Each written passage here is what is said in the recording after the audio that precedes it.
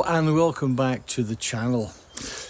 Apologies for being posted missing from YouTube for a few weeks, but I do have a good excuse. Actually, I have a very good excuse.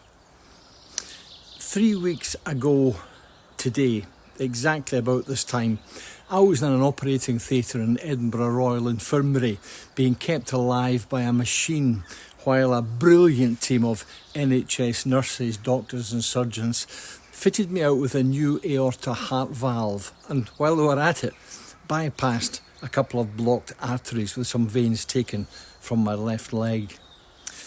3 weeks ago today, I can't quite actually believe it, and the pictures you've been watching are of me getting out and about again over the past week or so, the start of my fitness campaign to get back in the hills by late spring, early summer.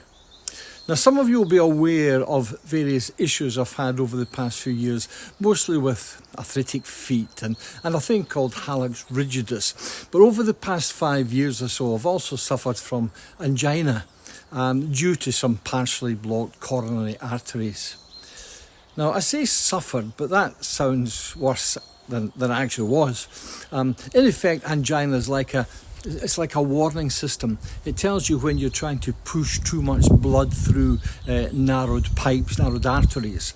So it's a question of slowing down a wee bit and allowing the body to recover before you go and push it again. Now, having said that, it has been a pest and effectively put paid to climbing the bigger hills that I love so much, or cycling up steep hills. Although I have been fairly active. And I have managed to get up a few smaller hills in the past few months, but slowly. But towards the end of January, I was aware I was getting much slower, and things came to a head when the angina symptoms just didn't go away, just as arrested as they usually do. I checked with the doctor, and the long and short of it was a couple of weeks in hospital, a double heart bypass, and a renewed aorta valve. I was walking gently within a week of surgery, and I can now trudge out for 3 or 4 miles at a time. The heart feels great, although the body generally is still coming to terms with the effects of open heart surgery and pain-killing drugs and all the rest of it. However, I have promised to take my 2 granddaughters up their first Monroe this coming summer, so that's the target. I've also promised to join my wife Gina for a wander up the West Highland Way later on in the summer. And of course, I'm desperate to get back on my bike and get out in my beloved Caravaggio campervan. Now, I did promise you that I'd visit lots of brand new airs, and I aim to keep that promise. So I'll be getting out and about shortly. So there you are. You never know what's around the corner. And in this case, my unexpected brush with open heart surgery was actually a positive thing. The blocked pipes have been fixed, the sticky valve has been replaced, and it's been like a 1,000-mile service, if you like. And hopefully I might be good for another few 1,000 miles on the clock of life.